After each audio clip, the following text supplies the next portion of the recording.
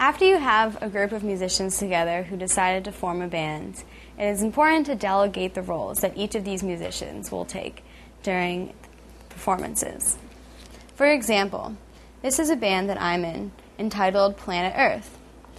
I'm the flute player, my friend Jesse plays the drums, and my friend Ryan plays the bass and also the keyboard.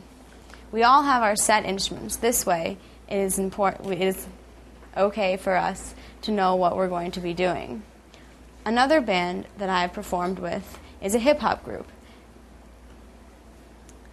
In this group, we have Pete, who makes the beats and also MCs, and then our main MC, MC Image, who MCs.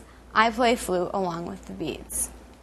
Oftentimes in bands, people also delegate managers. A manager is important for people in bands so that they can organize everything that's going on and get shows.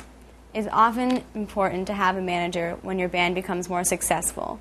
This is because artists need time to promote themselves artistically, and the managers can promote them in the business aspect.